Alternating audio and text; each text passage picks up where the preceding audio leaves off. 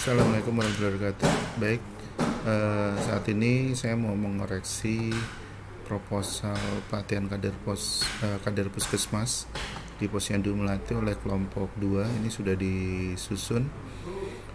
Saya ingin koreksi, ini ada beberapa hal yang perlu dicermati oleh mahasiswa. Jadi sesuai dengan RPS yang sudah saya terima dari koordinator mata kuliah, ini sudah bisa dilihat ya di Healthy bahwa kegiatan ini tuh bertahap. Jadi jangan langsung semuanya. Ada mulai di sini penyusunan proposal pelatihan kader, kemudian nanti penyusunan kurikulum, kemudian nanti ada tahapan advokasi, kemudian ada nanti pas latihan atau seminar presentasi, dan ini seterusnya nanti. Nah, untuk proposal ini tolong ada beberapa hal yang nanti jadi catatan ya. Ini proposalnya jangan digabung dengan kurikulum. Jadi saya lihat di sini masih ada yang digabung. Ini sudah benar tujuan dasar boleh. Dasarnya juga harusnya dilengkapi kaitannya dengan kegiatan pelatihan kader ini berkaitan dengan apa. Jadi di sini ada yang di sini yang landasan hukum ini bisa masuk sebenarnya di dasar kegiatan itu seperti itu. Kemudian ya tentunya tupoksinya TGM bisa Permenkes 20, kemudian yang 284 tentang pelayanan asuhan itu bisa sebagai dasar kegiatan. Nama kegiatannya boleh seperti ini, kemudian pesertanya. Nah, untuk peserta ini tolong dimasukkan juga jumlahnya itu berapa. Jadi jangan hanya sekedar kader puskesmas, itu jangan, tetapi jumlahnya itu berapa.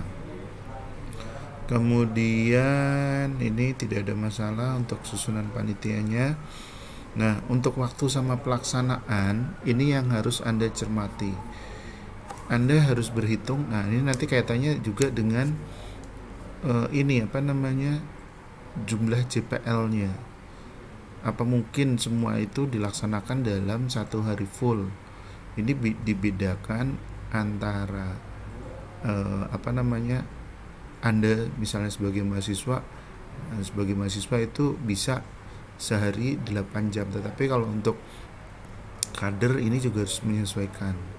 Nah, kalau untuk satu hari itu tentunya 8 jam itu tidak mungkin digunakan seluruhnya. Nah, ini mau digunakan sampai berapa hari, ini harus disesuaikan.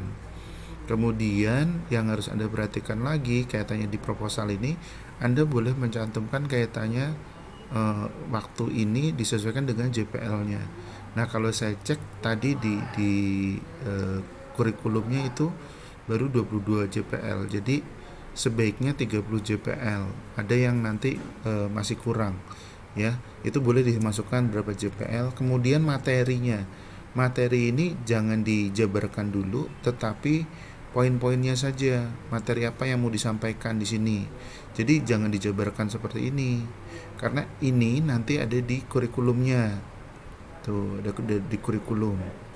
Nah, kemudian ini metode juga ada di kurikulum, dan di sini kalau di kurikulum nanti tidak dijelaskan satu persatu, tetapi berkaitan dengan pelatihan kader tersebut, metodenya apa yang mau digunakan. Jadi bukan jenis-jenisnya metode. Nah, ini harus disesuaikan.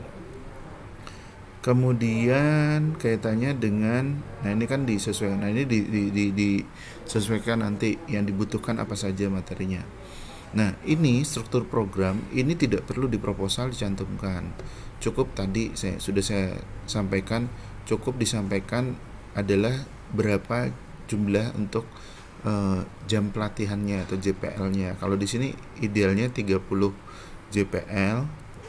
Kemudian 1 JPL itu setara dengan minimal 45 menit. Itu ya. Nah, ini nanti disesuaikan. Nah, kalau saya lihat di sini ada yang kurang kaitannya ini ada rencana tindak lanjut. Nah, untuk dinamika kelompok dan rencana tindak lanjutnya ini sebaiknya ditambah, karena rencana tindak lanjut ini berkaitan dengan apa yang mau dilakukan. Tuh, sehingga kemudian untuk rujukan pencatatan pelaporan Nah, kelainan penyakit gigi dan mulut ini justru perlu kaitannya juga praktek nih yang di sini, sehingga nanti bisa ditambah nih ya, sehingga nanti bisa maksimal jadi 30. Nah, kemudian bagian dan fungsi rongga mulut ini juga bisa ditambahkan. Jadi jangan cuma teori, tetapi harus di ada prakteknya, meskipun nanti untuk yang prakteknya nih bisa terintegrasi tentunya. Kemudian itu tadi ya, dinamika kelompok sama rencana tindak lanjutnya ditambahkan sehingga nanti jadi 30 JPL. Nah, ini juga masuk di kurikulum. Jadi jangan di sini nanti dicantumkannya. Ini nanti JPL-nya menyesuaikan. Nah, kemudian ini agak saya percepat ya. Nah, ini jadwal ini dimasukkan di proposal. Jangan dijadikan satu dengan yang kurikulum. Jadi kurikulumnya terpisah ya. Kurikulum itu yang materi yang sekarang nanti sebagai lampiran, yang hari ini tatap mukanya. Jadi proposal jangan termasuk dengan lampiran kurikulum. Kurikulum ini sebagai lampiran. Jadwalnya tetap dimasukkan dan tolong disesuaikan ya, disesuaikan. Ini kalau misalnya contoh kayak gini pembukaan, ya mungkin pembukaan hanya 10 menit, itu seperti itu. Nah, ini Anda tetap harus mempertimbangkan kaitannya untuk pembukaan secara resmi itu berapa waktu yang diperlukan. Jadi bukan hanya pembukaan materi. Tentunya kan ini ada pembukaan untuk pelatihan kader. Nah, itu harus disiapkan. Kemudian untuk setiap tatap muka, kalau saya perhatikan di sini pretest itu hanya 30 menit, nanti disesuaikan. Jadi satu kali tatap muka itu paling tidak 45 menit, dan nanti yang dibutuhkan berapa disesuaikan.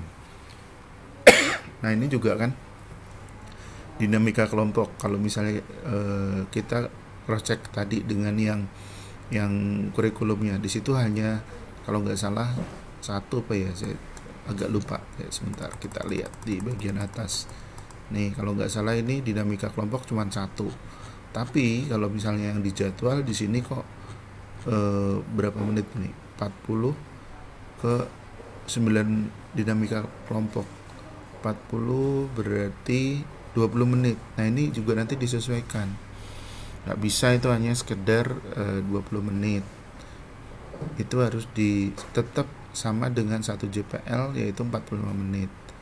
Nih, kalau istirahat oke, nggak masalah 15 menit.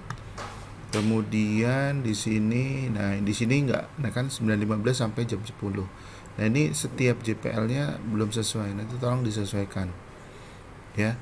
Kalau kaitannya di sini ada tanya jawab, berarti ini sudah include dengan yang UKGM. Sebaiknya jangan terjadwal khusus, tetapi sudah include tuh. Kemudian ini juga disesuaikan nih, ada yang tanya jawab itu sesuaikan dengan materinya. Nah, ini kan berarti kan ini Kamis Jumat, tetapi di proposal itu hanya munculnya tadi hanya 1 hari. Nah, ini disesuaikan tuh. Kemudian anggaran ini juga masuk dan disesuaikan dengan real kebutuhanmu untuk kegiatan tersebut berapa, sehingga nanti bisa sesuai, itu seperti itu. Kemudian untuk anggaran ini diupayakan antara pemasukan dengan pengeluaran itu jumlahnya bisa sama, sehingga kita anggap tidak ada sisa dana yang habis. Itu dibiasakan untuk pembuatan anggaran seperti itu.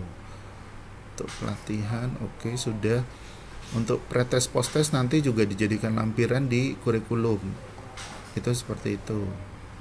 Nah, ini SOP sebenarnya ini tergantung di lembaganya ya. Kalau misalnya saya tidak terlalu mempermasalahkan, ini tergantung lembaganya apakah diperlukan atau tidak, itu seperti itu. Tapi kita kembali lagi ke fokus tugasnya, yaitu untuk penyusunan proposal dan kurikulum. Jadi yang proposal ini silahkan diperbaiki ya. Kemudian untuk yang kurikulum itu juga kurikulum disesuaikan untuk 30 JPL, dan nanti kurikulum diupload di bagian yang praktek 3 dan 4 ini ya. Jadi demikian untuk koreksi saya, silahkan diperbaiki. Untuk due date-nya menyesuaikan dengan yang tugas yang sudah ada. Jadi yang untuk pelatihan, yang untuk proposal silahkan nanti diperbaiki. Kemudian untuk untuk yang kurikulum juga nanti menyesuaikan. Demikian dari saya, terima kasih, silahkan diperbaiki dan saya tunggu untuk revisinya. Terima kasih. Assalamualaikum warahmatullahi wabarakatuh.